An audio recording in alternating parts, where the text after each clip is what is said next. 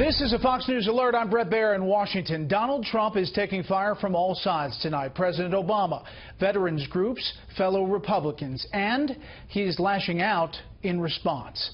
Tonight, he's even threatening to cut the cord with some of the top Republicans in Congress. We have Fox team coverage of the 2016 race. Mike Emanuel with the Clinton campaign in Colorado, where they are celebrating positive numbers in the polls and money in the bank. Kevin Corke at the White House tonight with President Obama's most critical comments yet about Donald Trump. But we begin with John Roberts in New York and Republicans turning perhaps on each other. Good evening, John. Good evening to you, Brett. Barely a week after the Republican convention and all those calls for party unity, Donald Trump today indicated that he may be hedging his bets on supporting three of his party's biggest stars, Speaker Paul Ryan, Senator John McCain of Arizona, and New Hampshire's Kelly Ayotte. In a wide-ranging interview with the Washington Post, here's what Donald Trump said about Speaker Ryan, quote, "I'm just not quite there yet," mirroring language that Ryan used about him earlier this year when asked if he would support Donald Trump. Trump also indicating a bit of a flirtation with Ryan's challenger in the upcoming Republican primary in Wisconsin, Paul Nehlen, saying his opponent is a big fan of what I'm saying, a big fan. All of that prompted this statement from Zach Rode, who is Speaker Ryan's press secretary, saying just moments ago, quote, "Neither Speaker Ryan nor anyone on his team has ever asked for Donald Trump's endorsement, and we are confident in a victory next week regardless." In an interview to air on the O'Reilly Factor in a couple of hours, Bill O'Reilly asked Trump about the other two, Senator John McCain and Senator Kelly Ayotte. Here's what Donald Trump said.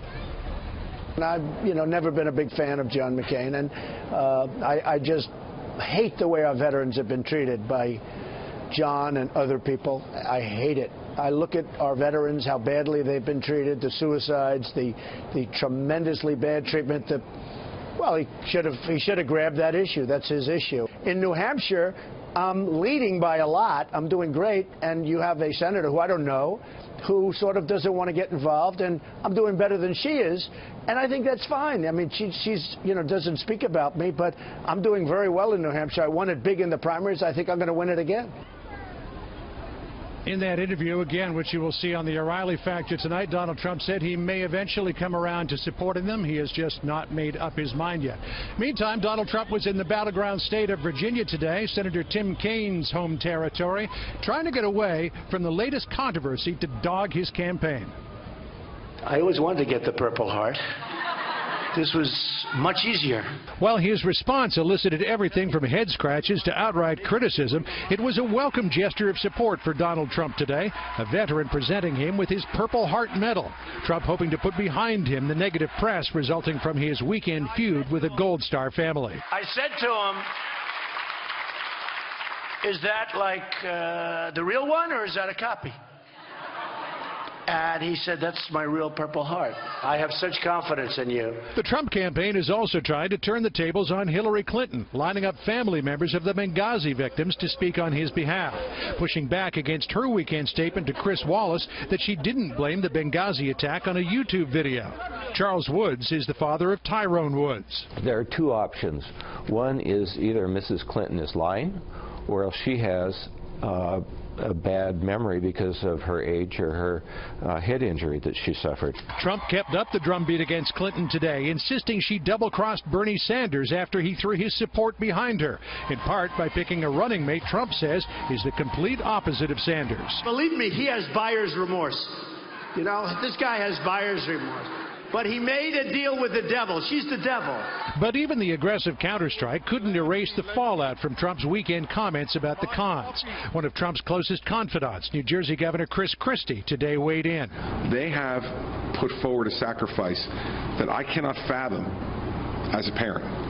It's just inappropriate for us in this context to be criticizing them, and I'm not going to participate in that.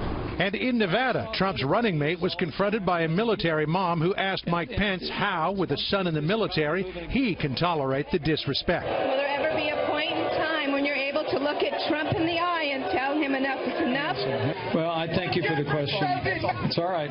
It's all right. Folks, that's what freedom looks like, and that's what freedom sounds like. Okay? Trump is hoping to finally put that controversy behind him with two big appearances in the Sunshine State of Florida tomorrow. He'll be in Daytona Beach and then the military-rich community of Jacksonville. The latest Real Clear Politics average shows Trump with a razor-thin lead over Hillary Clinton in the state of Florida. And a Trump advisor says that they have not given up on the idea of challenging the date of two of the upcoming presidential debates, saying they think it would be better for both the voting public and the NFL to not have two of those debates go up against Sunday night and Monday Night Football. Brett?